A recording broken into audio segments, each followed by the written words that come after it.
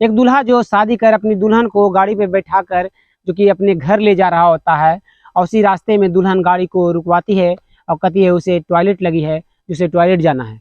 दूल्हा जो होता है गाड़ी को रोक देता है, दुल्हन गाड़ी से उतरती है और वहीं पर झाड़ियों के पीछे जाकर वह दुल्हन कुछ करने लगती है। काफ़ी देर हो जाते हैं, 15 से 20 मिनट हो जाते हैं। वह जो दूल्हा था इंतजार कर रहा था कि दुल्हन अब आएगी, लेकिन काफ़ी देर हो जाने के बाद भी वह दुल्हन जब गाड़ी पर नहीं पहुंचती है तो दूल्हा गाड़ी से उतरता है और झाड़ियों के पीछे जाकर देखता है तो उसके पैरों तले की जमीन खिसक जाती है। वह सोचने लगता है कि आखिर उसके दुल्हन के साथ हुआ क्या है। तो नमस्कार, आदाब, सत श्री अकाल दोस्तों, मैं करण राज, आप देख रहे हैं अनोखी अपराध। ये घटना बिजनौर की है और बिजनौर का ही रहने वाला एक कमलेश नाम का लड़का जो कि विदेश में जो कि बिजनेस कर रहा होता है, वह अच्छे खासे नाम कमा रहा होता है। उसकी उम्र 45 साल से भी ऊपर हो रही होती है। वह अभी तक शादी नहीं किया था। उसका सपना था कि वह जो कि इंडिया में ही शादी करे, वह अपनी भारत की दुल्हन को वह अपनी जीवन साथी बनाए। वह अपने माता पिता से कॉल कर बात करता है बिजनौर में, जो उसके माता पिता बिजनौर में रहते थे, कि जो मेरे लिए कोई दुल्हन अच्छी सी वह ढूंढे। उसके माता पिता बहुत ही ज़्यादा खुश होते हैं कि जो उनका बेटा है विदेश में रहते हुए वह जो कि हिंदुस्तानी लड़की से शादी करने के लिए वह राजी है।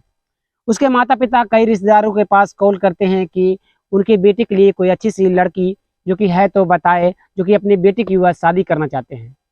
उन्हीं रिश्तेदारों में से जो कि एक रिश्तेदार होता है, वह रिश्तेदार जो कहता है कि मेरे पास कि मेरे गांव में ही एक लड़की है जो कि अभी वह सुशील है, बहुत ही अच्छी है, बहुत ही सुंदर है, जो उससे अपने बेटे की तुम शादी करा दो।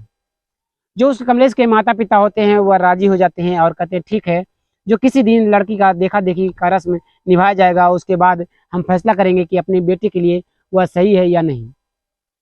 देखा देखी का रस्म जो कि किया जाता है और उसके जो कि कमलेश के माता पिता को वह लड़की पसंद आ जाते हैं। लड़की पसंद आ जाने के बाद रिश्ता तय कर दिया जाता है और बेटे के यहाँ फोटो भेजाया जाता है कि फोटो तुम देख लो, यही लड़की है जो कि इसी के साथ तुम्हारी रिश्ता मैंने तय कर दी है। जो कमलेश होता है वह कहता है कि दहेज में एक भी रुपया हमें नहीं चाहिए, बस मुझे दुल्हन चाहिए जो कि एक हिंदुस्तानी हो और अच्छे हो, कि मेरे घर को संभाले और मेरी ज़िंदगी को सफल बनाए। क्योंकि हिंदुस्तानी लड़कियां जो होती है अपने उम्र की लड़कों से शादी करना ज़्यादा पसंद करती है, जो उसे कोई नहीं पसंद करेगा। लेकिन जो कि उसका सपना पूरा हुआ, वह लड़की जो कि उस लड़के को पसंद कर चुकी थी और ये रिश्ता तय हो चुका था। 11 नवंबर 2018 को जो कमलेश होता है वह विदेश से जो कि इंडिया वापस आता है, अपने माता पिता के पास पहुंचता है और अपनी शादी की तैयारी करने लगता है। वो हर चीज़ कहता है कि होता है कि मेरे शादी में कोई चीज़ की कमी नहीं होनी चाहिए, हर चीज़ जो कि हो वह बेहतर हो और एक अच्छे जो लेवल का शादी हो। जो दुल्हन के घर वाले होते हैं वह कमलेश अभी तक मिला नहीं था, उससे बातें नहीं की थी, वहाँ अभी तक नहीं गया था कि वह लड़की कैसी है। वह सिर्फ जो फोटो देखकर वह पसंद कर चुका था। उसका साफ कहना था कि वह एक हिंदुस्तानी लड़की है, वह मुझे पसंद कर चुकी है, मैं उसे देखना नहीं चाहता, क्योंकि वह सुंदर है ही, तो मैं क्या देखूं जब मेरे माता पिता जो कि पसंद कर चुके हैं। कमलेश का जो विचार था एक सच्चे हिंदुस्तानी के जैसा विचार था। वह बिना लड़की को देखे हुए वह शादी करने को तैयार हो गया था। शादी की तैयारियां होने लगती है और 14 नवंबर 2018 को उसकी शादी की दिन आ जाती है। जो कमलेश होता है अपनी बारात को साजता है और अपनी गाड़ी पर बैठकर दूल्हे के रूप में सजा हुआ वह दुल्हन के घर पर पहुंच जाता है। कमलेश जो था अपनी बारात को लेकर दुल्हन के घर पर पहुंच चुका था और दुल्हन के घर वाले सभी स्वागत में लगे हुए थे। स्वागत हो जाने के बाद दूल्हे को सीधे मंडप पर ले जाया जाता है और मंडप पर बैठा दिया जाता है और दुल्हन को लाते हैं और वहाँ पर बैठा देते हैं। दोनों की शादी संपन्न हो जाती है। दुल्हन के चेहरे पर अभी भी मुस्कान नहीं थी। वह जो कि कमलेश था वह बार बार दुल्हन के चेहरे को देख रहा था। कमलेश को लग रहा था कि शायद वो उसकी शादी एक अनजान व्यक्ति से हो रही है, इस कारण से जो कि उसकी दुल्हन है वह उदास है। शादी अच्छे से संपन्न हो जाती है। कमलेश अब बहुत ही खुश था क्योंकि उसकी शादी एक हिंदुस्तानी दुल्हन से हुई थी।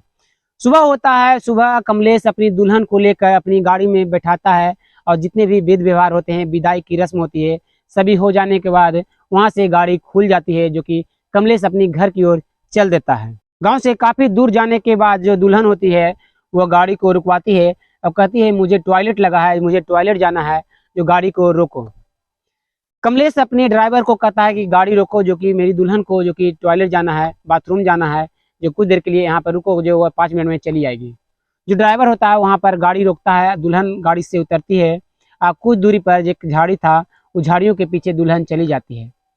15-20 मिनट हो जाते हैं, दूल्हा जो कि गाड़ी पर कमलेश इंतजार कर रहा होता है, उसकी दुल्हन नहीं आ रही होती है।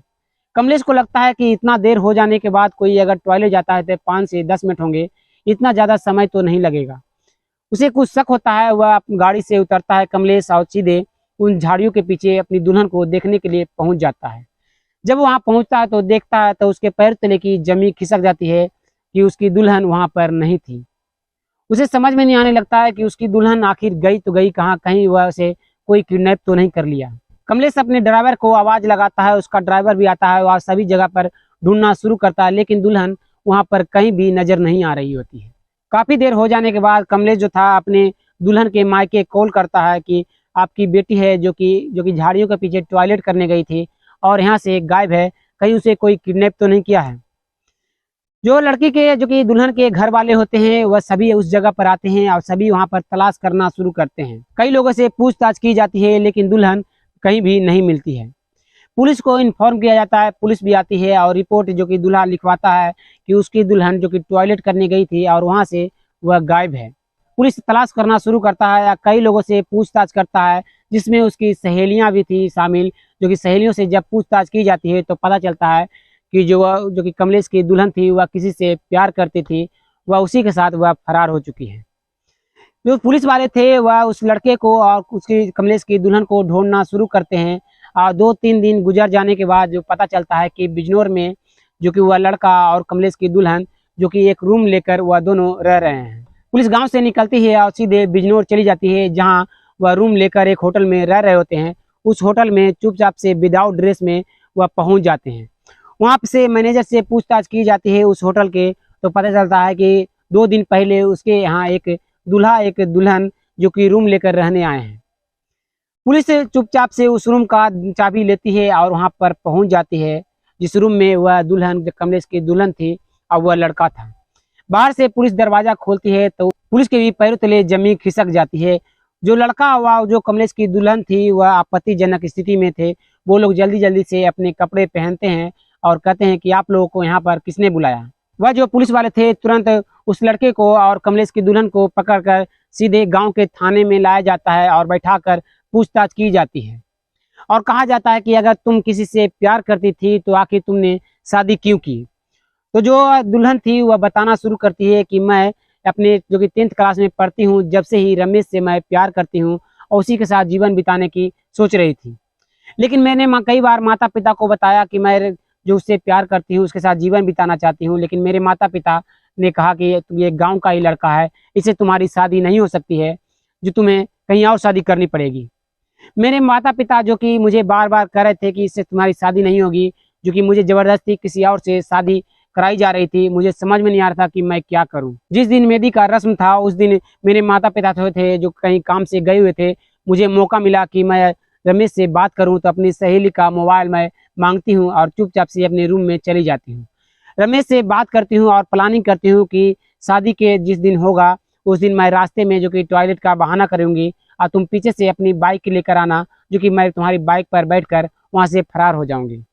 हम दोनों प्लानिंग करते हैं और प्लानिंग के अनुसार मैं गाड़ी को रास्ते में रुकवाती हूँ और जो रमेश होता है वह पीछे पीछे अपनी बाइक से आ रहा होता है और मैं झाड़ियों के पीछे टॉयलेट का बहाना कर कर जाती हूँ और वहाँ से चादर ओढ़कर मैं उसके साथ बाइक पर बैठकर वहाँ से जो कि बिजनौर चली आती हूँ। पुलिस ऐसा बातें सुनती है तो उसके पैरों तले जमीन खिसक जाती है और घर वाले सभी रोने लगते हैं और लड़के वालों की तरफ से माफ़ी मांगने लगते हैं कि उनकी बेटी की गलती की सज़ा उन्हें ना दे, उसे माफ़ कर दे, जो कि उन्होंने बिना जाने पहचाने अपनी बेटी की गलती छुपाने की कोशिश की, जो ऐसा हुआ बहुत बड़ी गलती कर चुके हैं। अगर आपके अगल बगल ऐसी चीज़ें हुई हो तो कमेंट में जरूर बताइएगा। फिर मिलते हैं एक और सच्ची घटना को लेकर, तब तक के लिए धन्यवाद। जय हिंद। आप सतर्क रहें, अपने परिवार वालों को हमेशा सुरक्षित रखें।